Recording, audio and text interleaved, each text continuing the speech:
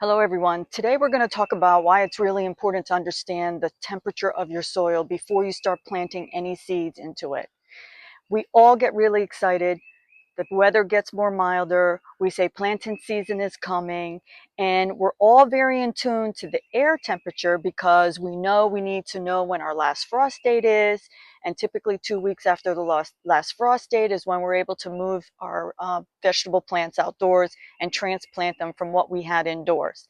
But if you're going to direct sow outside, it's really important to understand the soil temperature as well, because this seed is a little embryo, and inside that embryo are enzymes.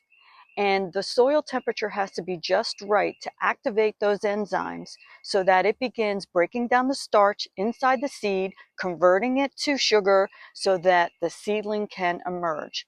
So that's why soil temperature is really important, because that temperature begins activating the enzyme.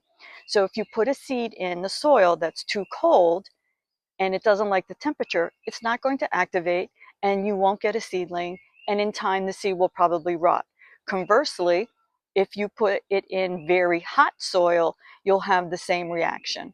Now, there's all different kinds of charts that'll tell you what seeds will germinate in what temperatures, but a general rule of thumb is for regular vegetables between 70 and 80 degrees.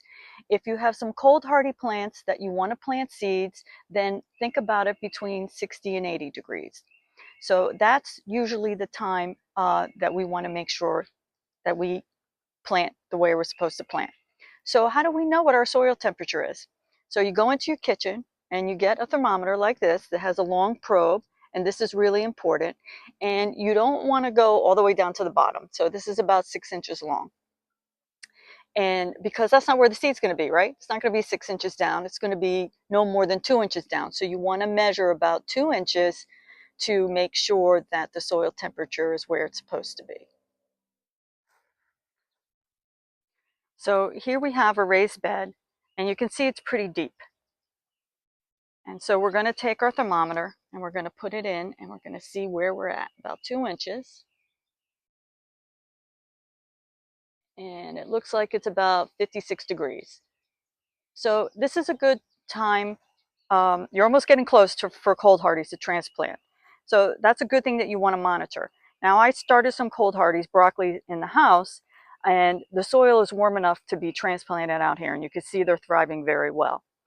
You can artificially increase the temperature of the soil by using black plastic, and therefore, you'd cut out a hole in the black plastic and put the plant in, and then the surrounding black plastic helps keep the soil.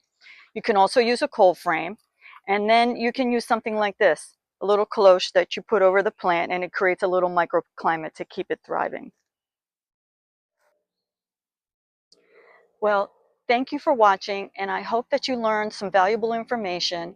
And this is why when we're planting indoors and getting ready to transplant, we think about heat mats for those heat-loving plants, because they need it a little bit warmer, whereas your cold hardies, you don't typically put on a heat mat because they may get leggy because they don't like the heat. They're trying to get away from it. So that's why they're getting leggy.